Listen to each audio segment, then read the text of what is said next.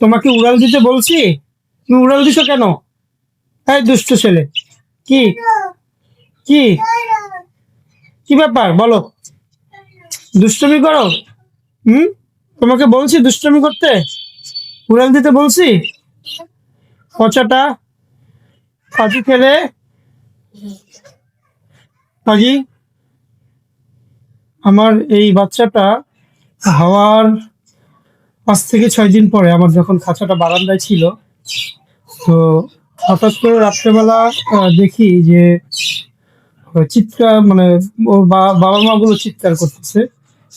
তো এটা দেখে আমি বাইরে যাই, বাইরে গিয়ে দেখি যে সবকিছুই ঠিকঠাক আছে, কিন্তু হঠাৎ করে দেখি যে এই বাচ্চাটা হাড়ির মধ্যে নাই।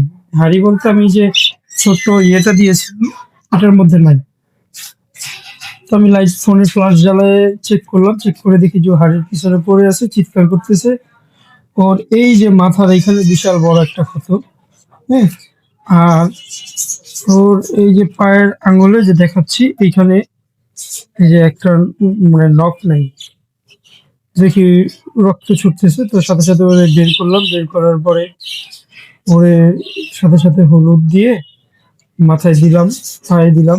দেওয়ার পরে আমার খুব খারাপ লাগতেছিল, কারণ 5 দিনের বাচ্চাটা। তো ওর অবস্থা তো খুব খারাপ, রক্ত বের হইতেছে, আরো চিৎকার করতেছিল। তো ভাবতেছিলাম যে পাখিটা হয়তো বা বাঁচবে না।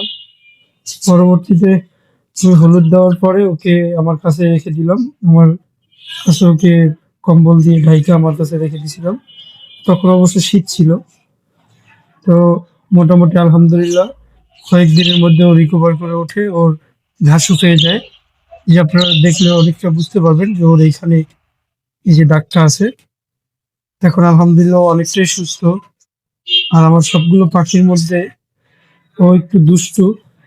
আর এই যে দেখেন কিভাবে কামড় দিচ্ছে। হানি, ব্যথা পাই? ব্যথা পাই না? কামড় দিচ্ছ কেন? কেন কামড় দাও কেন? না, কামড় দেওয়া যাবে না।